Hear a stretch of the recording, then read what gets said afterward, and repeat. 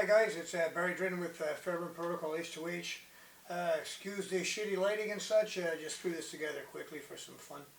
Anyway, we talk about pure Fairbairn technique and we talk about extrapolations of that and such.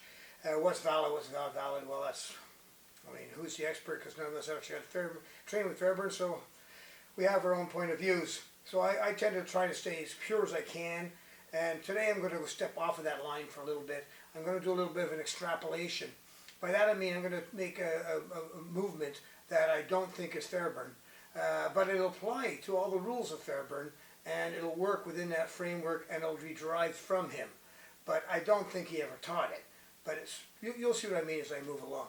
So the first thing I want to bring reference to is the use of the fist.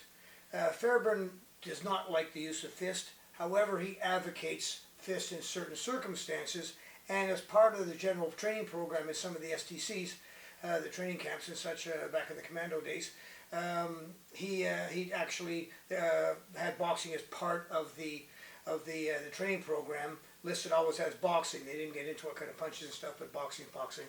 And they even used boxing in terms of doing some of their pressure testing, which would be known as milling. So, boxing, fine dandy. But in a recent film discovered by Chris Anderson, we saw him actually during a sensory removal use a vertical fist to the back of the body into the lower spine area. So as he took the opponent, he hammered him into the fist with into the back of the vertical fist. Okay, so now that's a new application, and that's a fist application, and it's very interesting because he talks about punching to the back for Get Tough, for example, but he doesn't say how to punch. But here in this film, we actually see the punch. It's a vertical punch, which is not boxing, and is usually associated with the more Asian martial arts. Wing Chun, for example, uses a lot of vertical. So this influence, therefore, exists as a reality. So I take that, I put it on the shelf as a building block. We also know that in some of his descriptions on how to remove a guard, a sentry, whatever, that they would do two men. One man would take him from behind, and then the other one would deliver a punch to the solar plexus. Punching the solar plexus is a great thing, because if you whack it there, man, you take out the wind, you drop him, you can put an X under his ass and drop him on the X. It's wonderful stuff if you get some good meat into it. If you don't get so good meat, you can still get other things. This is what I'm after today. So I'm looking at a scenario, extrapolation, where I'm face to face with somebody who's my aggressor. It's a civilian situation, and he's in my face giving me one of these things, or just, give me that, look, and you looking at me, with any of that crap that puts him well into my intimate space here. So I want to be very close to him, and there's a reason for this, because I want to take his mindset and use it against him. I want to use element of surprise and use it against him. And I'm going to do that doing a Fairbairn concept, okay? Concept, extrapolation, all right? So, in my days back, I once learned a technique. I don't know, like we've been talking about rock crusher lately. I don't know if this is rock crusher or not. I have no idea what it is, but it's very interesting. I've used it in situations, very powerful. And all it is you basically put your fingers on the top, and you drop your wrist, and you ram the base of your heel into the solar plexus, the way I learned it. And at the same time, the real power came from a drop in the knees. You just let go of the knees, but not falling backward, of course, but just they let go of the knees, total body weight drop, and then capture with the knees at a lower height. Why? Because as our body is angled in from a close proximity, we're not into his body. We can't have a straight angle. We can't have a straight line. But as I'm up, I can have that angle. But if I start to drop, keep that straight, and now see, I have to move back in order to maintain that distance. Or I can push in.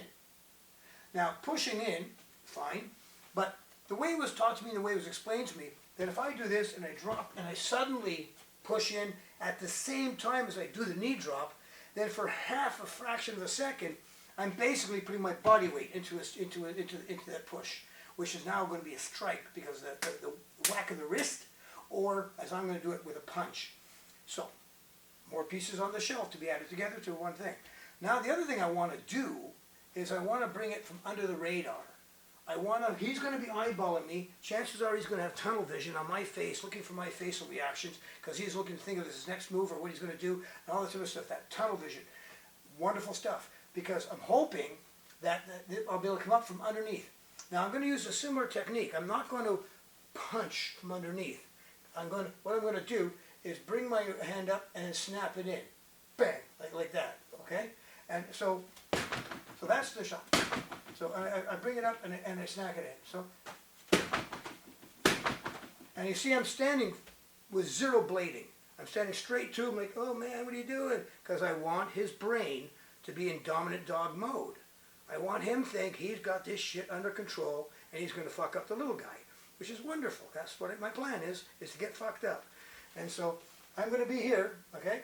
And the concept is that when he's in my face, I'll be able to bring it up from underneath. I can bring it up like, bang, out of like a combined movement, whatever. The point being, and this is what I want to focus, not the peripheral.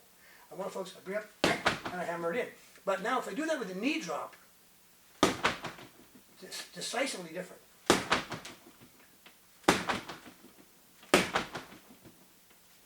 I'm fully straight on. I'm not into stance or forward lean or nothing. I just drop those knees and fire that through. You see? So that is what I intend to initiate out of nowhere, mid-sentence. Please don't. You know, I don't want to push this. You know, so push this. You know, that's what I want to do. Just out of nowhere. I got 220 pounds of sand in this fellow who's set at 6'3". All right, and it causes movement. Anybody familiar with a solar plexus shot? If you're not expecting it, it doesn't take a big one to get a reaction. So what do I want? I want an involuntary response or an injury. But really what I'm getting here, I'm looking at what I can get as an absolute minimum, which is a little fragment of time. A little fragment of time. That's all I want. Now I have another opportunity. If I have this, then I want a fragment of time so I can maybe do this. So we can now look at a scenario like, listen man, like, or more daily. See, the concept is all Fairbairn, but I don't think he ever taught it. So it's an extrapolation in my mind. It is non-Fairbairn in my mind, but it's all Fairbairn, if you get what I mean. So that's kind of a different way of looking at these things. So to repeat and go through with some fun, we stand in front, we're shitting our pants, and we take that opportunity to be right in his stomach and bang, fire that in, step in with the tiger claw, or if you're too close, the chin jab directly, and then of course right off of that gives me a fraction of a second, bang, and I can fire in something else. It could be anything else.